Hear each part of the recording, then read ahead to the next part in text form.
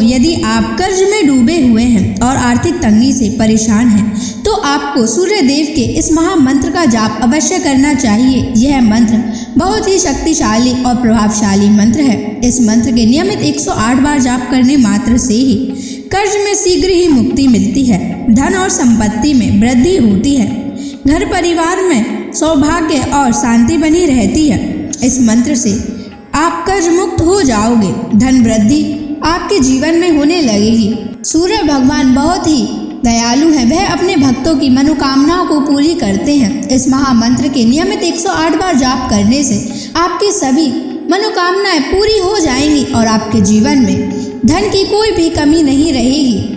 आप अपने जीवन में उन्नति प्राप्त करेंगे, आपको हमेशा सफलता ही प्राप्त होगी। इसलिए प्यारे भक्तों, इस मंत्र को साधारण समझने की गलती बिल्कुल भी ना करें।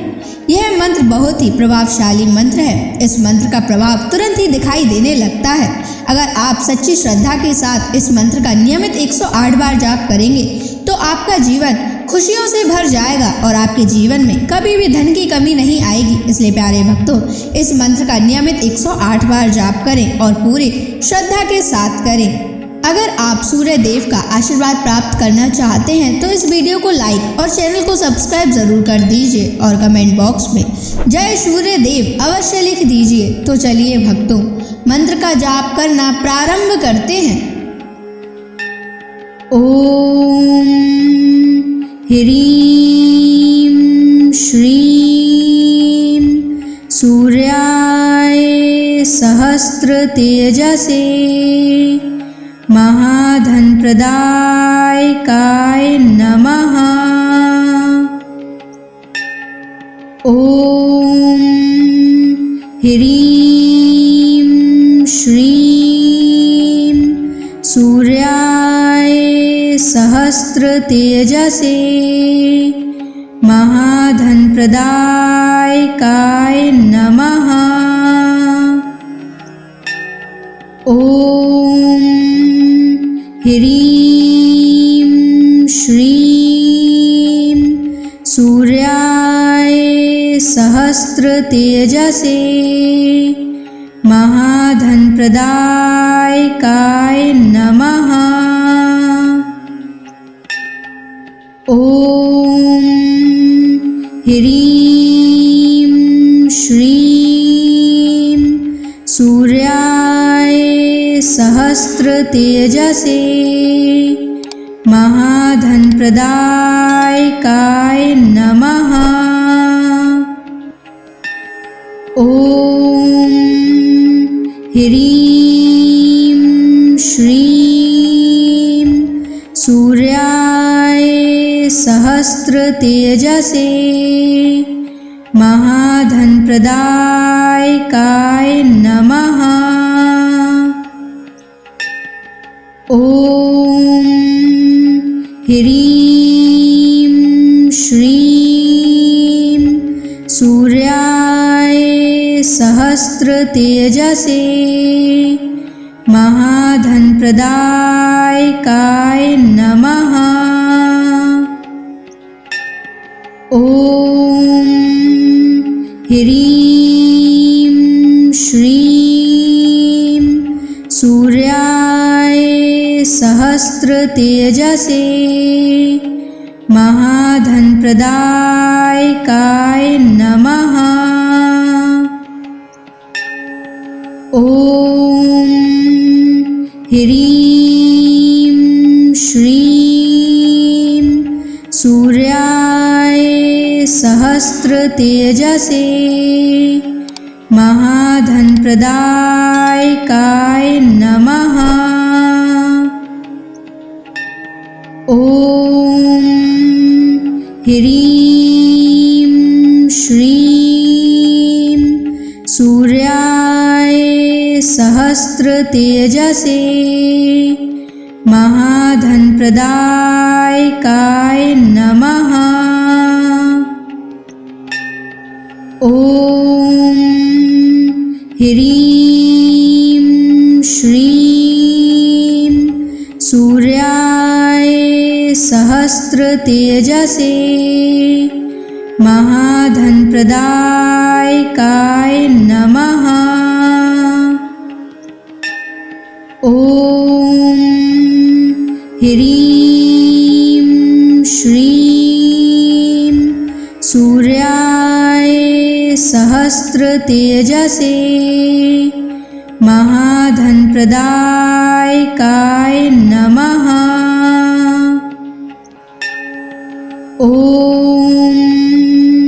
ह्रीं श्रीं सूर्याय सहस्रतेजसे महाधनप्रदायकाय नमः।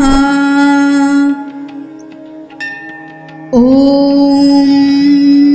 ह्रीं श्रीं सूर्याय सहस्रतेजसे महाधनप्रदायकाय नमः। ॐ ह्रीं श्रीं सूर्याय सहस्रतेजसे महाधनप्रदायकाय नमः। ॐ ह्रीं श्रीं सूर्याय सहस्रतेजसे महाधनप्रदायकाय नमः। ॐ ह्रीं श्रीं सूर्याय सहस्रतेजसे महाधनप्रदायकाय नमः। ॐ ह्रीं श्रीं सूर्याय सहस्रतेजसे महाधनप्रदायकाय नमः। ॐ ह्रीं श्रीं सूर्याय सहस्रतेजसे महाधनप्रदायकाय नमः। ॐ ह्रीं श्रीं सूर्याय सहस्रतेजसे महाधनप्रदायकाय नमः। ॐ ह्रीं श्रीं सूर्याय सहस्रतेजसे महाधनप्रदायकाय नमः। ॐ ह्रीं श्रीं सूर्याय सहस्रतेजसे महाधनप्रदायकाय नमः। ॐ ह्रीं श्रीं सूर्याय सहस्रतेजसे महाधनप्रदायकाय नमः। ॐ ह्रीं श्रीं सूर्याय सहस्रतेजसे महाधनप्रदायकाय नमः। ॐ ह्रीं श्रीं सूर्याय सहस्रतेजसे महाधनप्रदायकाय नमः। ॐ ह्रीं श्रीं सूर्याय सहस्रतेजसे महाधनप्रदायकाय नमः। ॐ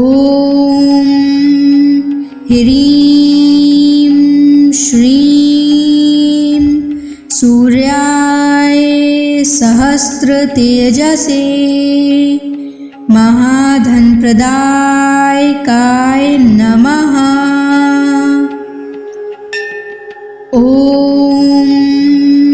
ह्रीं श्रीं सूर्याय सहस्रतेजसे महाधनप्रदायकाय नमः। ॐ ह्रीं श्रीं सूर्याय सहस्रतेजसे महाधनप्रदायकाय नमः। ॐ ह्रीं श्रीं सूर्याय सहस्रतेजसे महाधनप्रदायकाय नमः। ॐ ह्रीं श्रीं सूर्याय सहस्रतेजसे महाधनप्रदायकाय नमः। ॐ ह्रीं श्रीं सूर्याय सहस्रतेजसे महाधनप्रदायकाय नमः। ॐ ह्रीं श्रीं सूर्याय सहस्रतेजसे महाधनप्रदायकाय नमः। ॐ ह्रीं श्रीं सूर्याय सहस्रतेजसे महाधनप्रदायकाय नमः। ॐ ह्रीं श्रीं सूर्याय सहस्रतेजसे महाधनप्रदायकाय नमः। ॐ ह्रीं श्रीं सूर्याय सहस्रतेजसे महाधनप्रदायकाय नमः। ॐ ह्रीं श्रीं सूर्याय सहस्रतेजसे महाधनप्रदायकाय नमः। ॐ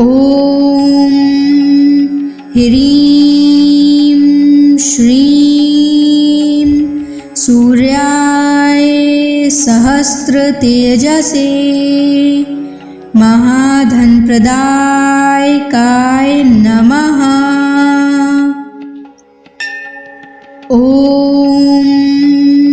ह्रीं श्रीं सूर्याय सहस्रतेजसे महाधनप्रदायकाय नमः। ॐ ह्रीं श्रीं सूर्याय सहस्रतेजसे महाधनप्रदायकाय नमः। ॐ ह्रीं श्रीं सूर्याय सहस्रतेजसे महाधनप्रदायकाय नमः। ॐ ह्रीं श्रीं सूर्याय सहस्रतेजसे महाधनप्रदायकाय नमः। ॐ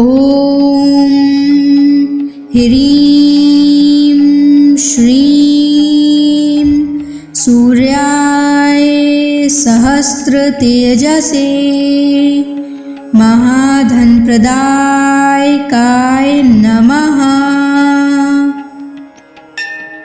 ॐ ह्रीं श्रीं सूर्याय सहस्रतेजसे महाधनप्रदायकाय नमः। ॐ ह्रीं श्रीं सूर्याय सहस्रतेजसे महाधनप्रदायकाय नमः। ॐ ह्रीं श्रीं सूर्याय सहस्रतेजसे महाधनप्रदायकाय नमः। ॐ ह्रीं श्रीं सूर्याय सहस्रतेजसे महाधनप्रदायकाय नमः। ॐ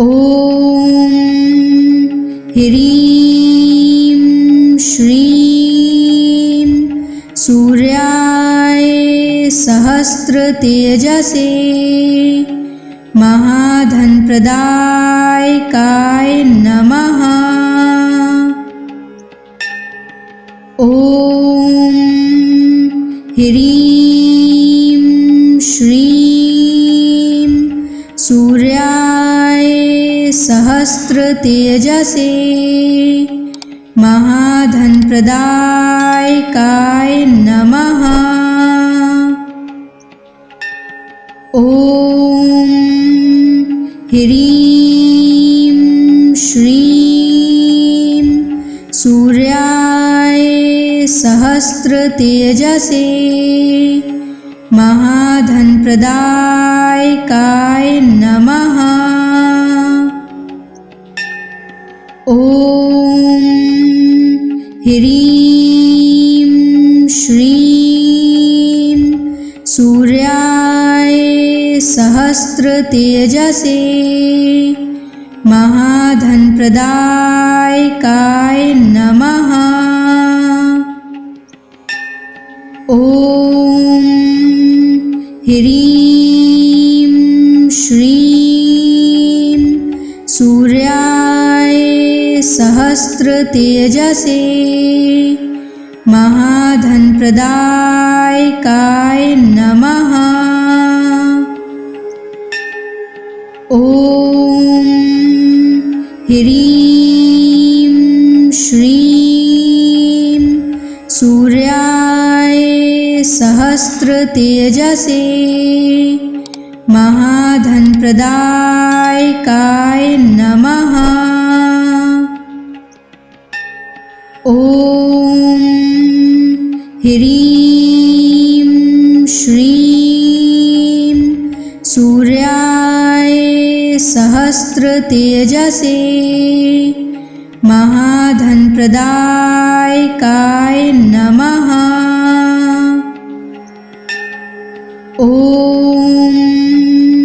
ह्रीं श्रीं सूर्याय सहस्रतेजसे महाधनप्रदायकाय नमः। ॐ ह्रीं श्रीं सूर्याय सहस्रतेजसे महाधनप्रदायकाय नमः। ॐ ह्रीं श्रीं सूर्याय सहस्रतेजसे महाधनप्रदायकाय नमः। ॐ ह्रीं श्रीं सूर्याय सहस्रतेजसे महाधनप्रदायकाय नमः। ॐ ह्रीं श्रीं सूर्याय सहस्रतेजसे महाधनप्रदायकाय नमः। ॐ ह्रीं श्रीं सूर्याय सहस्रतेजसे महाधनप्रदायकाय नमः। ॐ ह्रीं श्रीं सूर्याय सहस्रतेजसे महाधनप्रदायकाय नमः। ॐ ह्रीं श्रीं सूर्याय सहस्रतेजसे महाधनप्रदायकाय नमः। ॐ ह्रीं श्रीं सूर्याय सहस्रतेजसे महाधनप्रदायकाय नमः। ॐ ह्रीं श्रीं सूर्याय सहस्रतेजसे महाधनप्रदायकाय नमः। ॐ ह्रीं श्रीं सूर्याय सहस्रतेजसे महाधनप्रदायकाय नमः। ॐ ह्रीं श्रीं सूर्याय सहस्रतेजसे महाधनप्रदायकाय नमः। ॐ ह्रीं श्रीं सूर्याय सहस्रतेजसे महाधनप्रदायकाय नमः। ॐ ह्रीं श्रीं सूर्याय सहस्रतेजसे महाधनप्रदायकाय नमः। ॐ ह्रीं श्रीं सूर्याय सहस्रतेजसे महाधनप्रदायकाय नमः। ॐ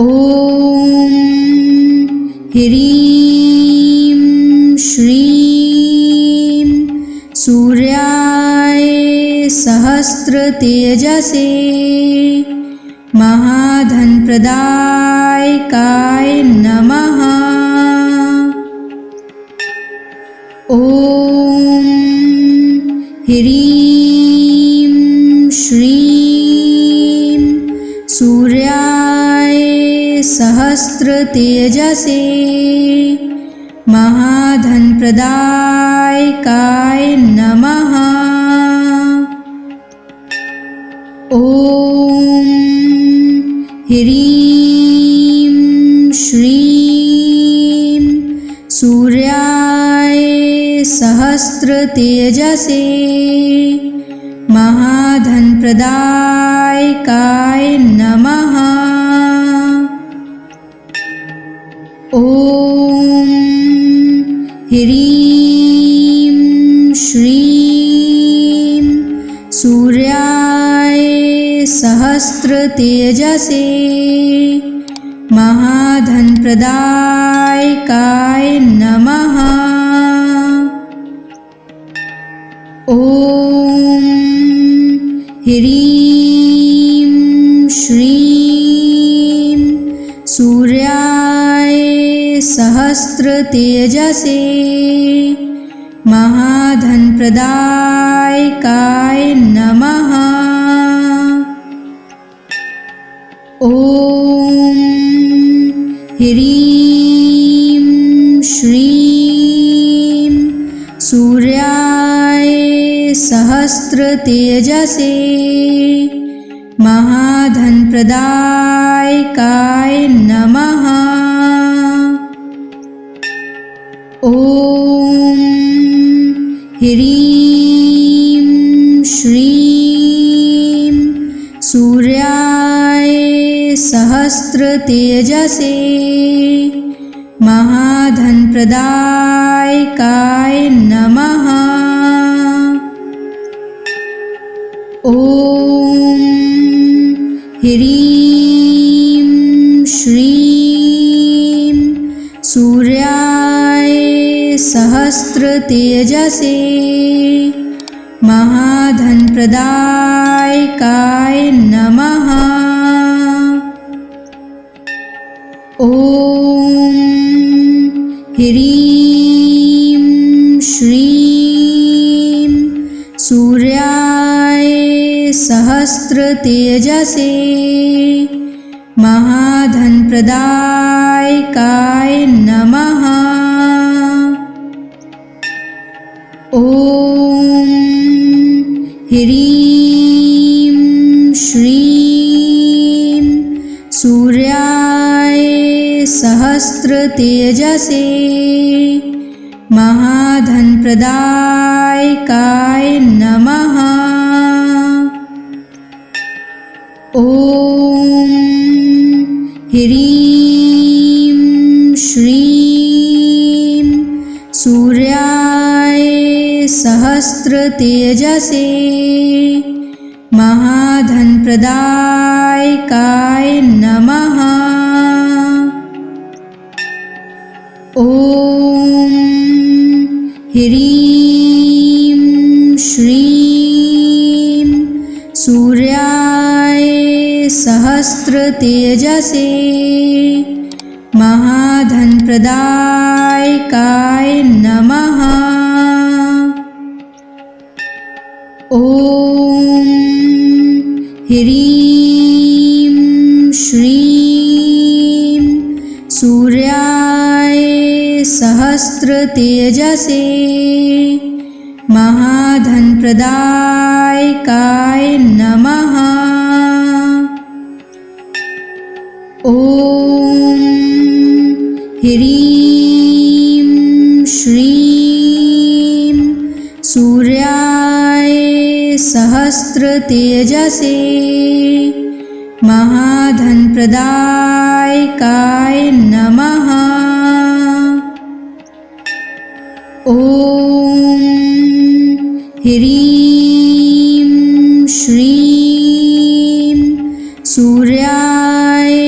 सहस्रतेजसे महाधनप्रदायकाय नमः। ॐ ह्रीं श्रीं सूर्याय सहस्रतेजसे महाधनप्रदायकाय नमः। ॐ ह्रीं श्रीं सूर्याय सहस्रतेजसे महाधनप्रदायकाय नमः। ॐ ह्रीं श्रीं सूर्याय सहस्रतेजसे महाधनप्रदायकाय नमः। ॐ ह्रीं श्रीं सूर्याय सहस्रतेजसे महाधनप्रदायकाय नमः। ॐ ह्रीं श्रीं सूर्याय सहस्रतेजसे महाधनप्रदायकाय नमः। ॐ ह्रीं श्रीं सूर्याय सहस्रतेजसे महाधनप्रदायकाय नमः। ॐ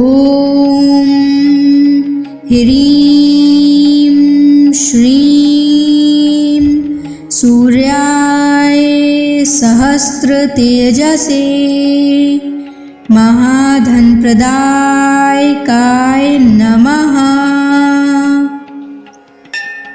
ॐ ह्रीं श्रीं सूर्याय सहस्रतेजसे महाधनप्रदायकाय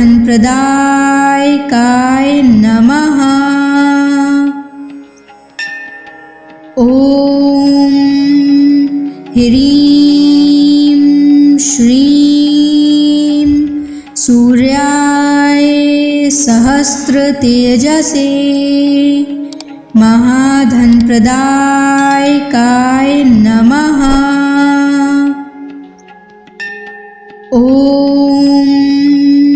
ह्रीं श्रीं सूर्याय सहस्रतेजसे महाधनप्रदायकाय नमः। ॐ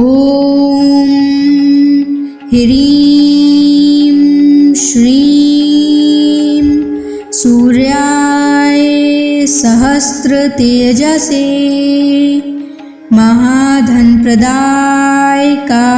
नमः। ॐ ह्रीं श्रीं सूर्याय सहस्रतेजसे महाधनप्रदायकाय नमः। ॐ ह्रीं श्रीं सूर्याय सहस्रतेजसे महाधनप्रदायकाय नमः। ॐ ह्रीं श्रीं सूर्याय सहस्रतेजसे महाधनप्रदायकाय नमः। ॐ ह्रीं श्रीं सूर्याय सहस्रतेजसे महाधनप्रदायकाय नमः। ॐ ह्रीं श्रीं सूर्याय सहस्रतेजसे महाधनप्रदायकाय नमः। ॐ ह्रीं श्रीं सूर्याय सहस्रतेजसे महाधनप्रदायकाय नमः। ॐ